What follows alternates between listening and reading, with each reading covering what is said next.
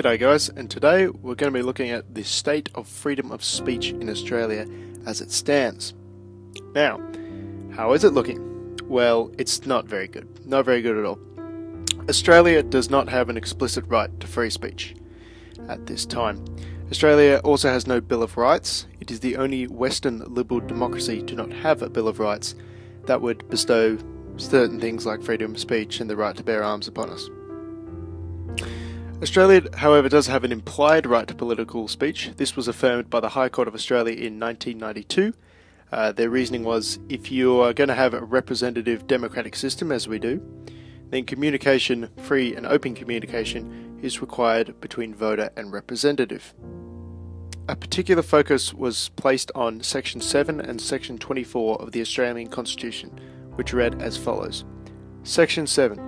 The Senate shall be composed of senators for each state, directly chosen by the people of the state, voting until the Parliament otherwise provides, as one electorate. Section 24. The House of Representatives shall be composed of members directly chosen by the people of the Commonwealth, and the number of such members shall be, as nearly as practical, twice the number of senators. So again, the logic behind this is that if the Australian people need to vote for senators, and their policies by extension, they need to be able to freely discuss said senators. So they need to be able to freely discuss politics. He does this, she's not going to do that, I want this, that sort of thing. However, the judges did mention, quote, those above sections, so Section 7 and Section 24, do not confer personal rights on individuals. Rather, they preclude the curtailment of the protected freedom by the exercise of legislative or executive power. So yes, this effectively confirms that Australians do not have the right to free speech, they just have the ability to be protected from the government when speaking on political matters. This is further evidenced by the quote, it is limited to what is necessary for the effective operation of that system of representative and responsible government provided for by the Constitution. So effectively, your freedom of speech is limited to politics only. And even then, it's only an implied right, not an explicit right, and it is not a right that is given to you. This sort of word salady interpretive nonsense stands in contrast to how it works over in the United States, which explicitly states that Congress shall make no law respecting an establishment of religion or prohibiting free speech. The Australian implied right to free speech does not stop the government from making laws to stop you from exercising your non-existent right to free speech, as we will see. One such example of a law prohibiting free speech is a new law that was introduced in 2014, which basically allows the Australian Attorney General to declare something, some government operation, a special intelligence operation. This makes it illegal for journalists to report on the matter, with the punishment being jail time for 2 years. It should also be noted that this can be applied retroactively. Now, this is very similar to the Tommy Robinson case, which I've spoke of, with the press blackout and things like that. Also, in 2015, the federal government introduced a new law prohibiting entrusted persons employed in asylum seeker detention centres from disclosing protected information. The wording of this, like many laws, is kept deliberately vague in order to give the law effectively unlimited reach and to encourage self-censorship. After all, what exactly is an entrusted person? Is it the head of security, who is entrusted with, making sure security is kept and people don't escape and things like that? Or is it the janitor, who is entrusted to, sweep the floors clean? Anyone who has a job is entrusted to do a certain thing, so this essentially stops all the people employed on Manus Island and Nauru and so forth from disclosing information. Not that I'm against offshore detention centres in any way, but I am against the government cracking down and stopping people from speaking. If there is abuse, human rights abuses going on in these islands, I want to know. Alrighty, something else we can talk about is freedom of the press in Australia. Now, Australia isn't actually that good for freedom of the press, believe it or not. I'm getting this information from Journalists Without Borders. I've just reskinned it and put it up nicely in my own format. So, freedom of the press ranking by country. Top of the board, it's Norway, then Sweden, then the Netherlands. And if we keep going down, long way down, we get Australia in at 19th place, which is, in my opinion, pretty disgraceful. Not solely because New Zealand and Canada, of all places, are beating us. No surprises, United Kingdom, pretty damn low, but surprisingly, America, even lower than United Kingdom. It should also be noted that something I was concerned about was self-censorship, but the Journalists Without Borders took that into account, which I'm very pleased about, because I was worried, for example, press freedom could be really high, but self-censorship would be really high, because you don't need to censor people or suppress people when they do it themselves. That's the ultimate goal of censorship, to encourage self-censorship.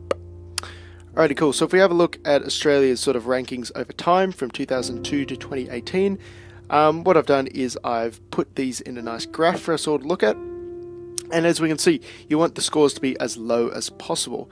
Unfortunately, they seem to be tracking upwards over time as a general trend. There was a large spike in Australia's world ranking following the 2002 to 2003. This is probably due to John Howard increasing the reach of Australian sedition laws, which further you can get thrown in prison for saying stuff, essentially. Such is the case with many Western countries following the Iraq War. So that almost tripled Australia's press freedom score. No good. So Australia's press freedom score over the last 16 years, so almost over my lifetime, has almost gone up by a factor of 5, and our rank has sort of slid from 12 to 19. I don't see why Australia shouldn't be number 1. I think we're almost number 1 for GDP. I think we're number 1 for percentage composition of the population being millionaires. But yeah, this is disgraceful. Australia should be number 1, not only because, Australia is the best or whatever, but because obviously Australians should have the most free press in the world. I want to live in a country with a free press. Australia also boasts some of the most draconian and far-reaching internet censorship laws as well. They recently hosted the Five Eyes Summit. The Five Eyes is a group of 5 nations who form one big spying network. Australia recently hosted a summit there. I have some information from, of all places, the World Socialist website. An article was published there on the 5th of September. Five Eyes Summit in Australia ramps up internet censorship. Now, while I won't be joining the fight for socialism, I don't really mind about reporting on their findings. So, we have, quote, the Five Eyes communicate also denounced tech companies for not meeting with the Five Eyes officials to discuss clamping down further on social media. An accompanying joint statement on countering the illicit use of online spaces demanded that internet conglomerates, or monopolies, work more closely with the intelligence and police agencies to detect, identify, and urgently and immediately remove illicit content, including sources of disinformation and forms of malicious foreign interference. The sources of disinformation would be my biggest concern, because essentially that just gives the government free rein to get rid of Alex Jones, essentially. Anyone who doesn't agree with them, they can just censor. So yes, this is why we need an Internet Bill of Rights. The meeting insisted that social media companies, quote, act on previous commitments to invest in automated capabilities and techniques, including photo DNA tools, to detect, remove, and prevent re-upload of illegal and illicit content. Unless the companies cooperated, the 5 governments would work together to force companies to allow law enforcement agencies to access user data. We may pursue technological, enforcement, legislative, or other measures to achieve lawful access solutions, the statement declared. This isn't a new tactic ever. Governments in Europe already work with social media giants over in the US to implement restrictions on freedom of speech. One example is from the same article. In April 2017, Google announced new algorithms aimed at limiting or blocking access to the World Socialist website and other left-wing, anti-war and progressive websites. Facebook and Twitter have also adopted similar measures. It's important to remember that censorship doesn't just target the right or the libertarians. It will come home to roost, and basically anyone who's not anti-establishment will feel the wrath of the state. So yes, Australia being part of this conglomerate, this Five Eyes summit, hosting it no less, does not bode very well for Australian freedom. The main heartstring-tugging argument for internet censorship is in order to protect children from illicit, pornographic or violent content. However, this is just a cover for draconian internet censorship, as is usually the case when the government seeks to expand itself. It appeals to emotion. It tugs on your heartstrings. Think of the children. You know, you don't want your children to be safe, that sort of thing. Additionally, on the fiscal side of things, ISPs will be forced to charge Australians more for consumer and business broadbands. So not only will your internet be more restricted, you'll get less content for more money. Sounds like a good deal to me. Now we will move on to the most censorious piece of legislation the Australian government has put out, the infamous Section 18C of the Racial Discrimination Act 1975. Section 18C is worded as follows: it is unlawful for a person to do an act otherwise than if in private, if the act is reasonably likely, in all circumstances, to offend, insult, humiliate, or intimidate another person or group of people, and if this act is done because of race, colour, national, ethnic origin. So basically, if you say anything and anyone gets offended and they're a different race, colour, national, ethnic origin, you can be prosecuted for that. It is illegal to offend people in Australia.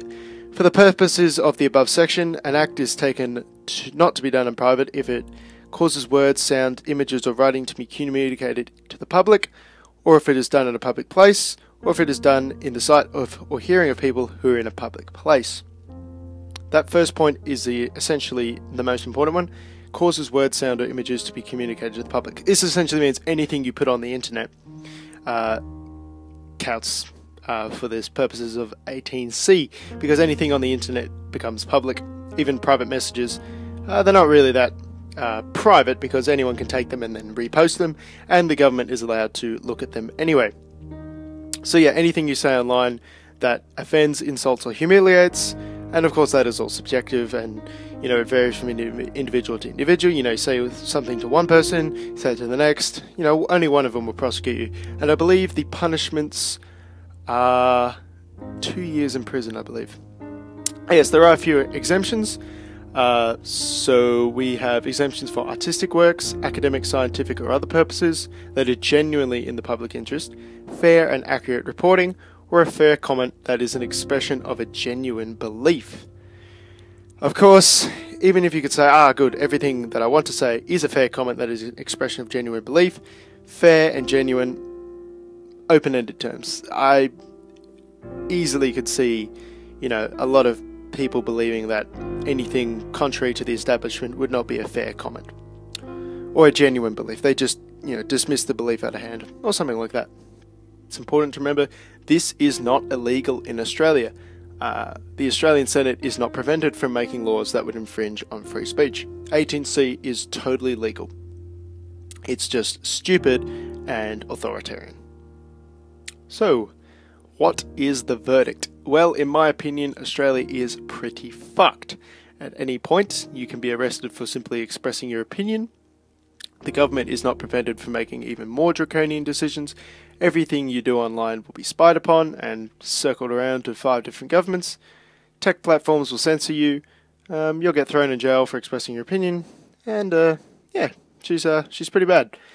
So, yeah, I thought I'd just put the word out and explain that, you know, despite the Australian cultural sort of laid-back, she'll be right attitude, it's not all right down under. If a political sort of revolution is going to take place in Australia, I would strongly urge that the right to free speech be enshrined within the Australian Constitution, and I implore my American brothers to get working on creating an Internet Bill of Rights, not making social media companies public utilities, because then that would forever sustain them. They would receive government funding as public utilities. So no, an Internet Bill of Rights is needed to protect not only Americans but the entire free world, and the Australians down under here need a right to free speech, otherwise we will be subject to tyranny. Thanks for sticking around, have a good one.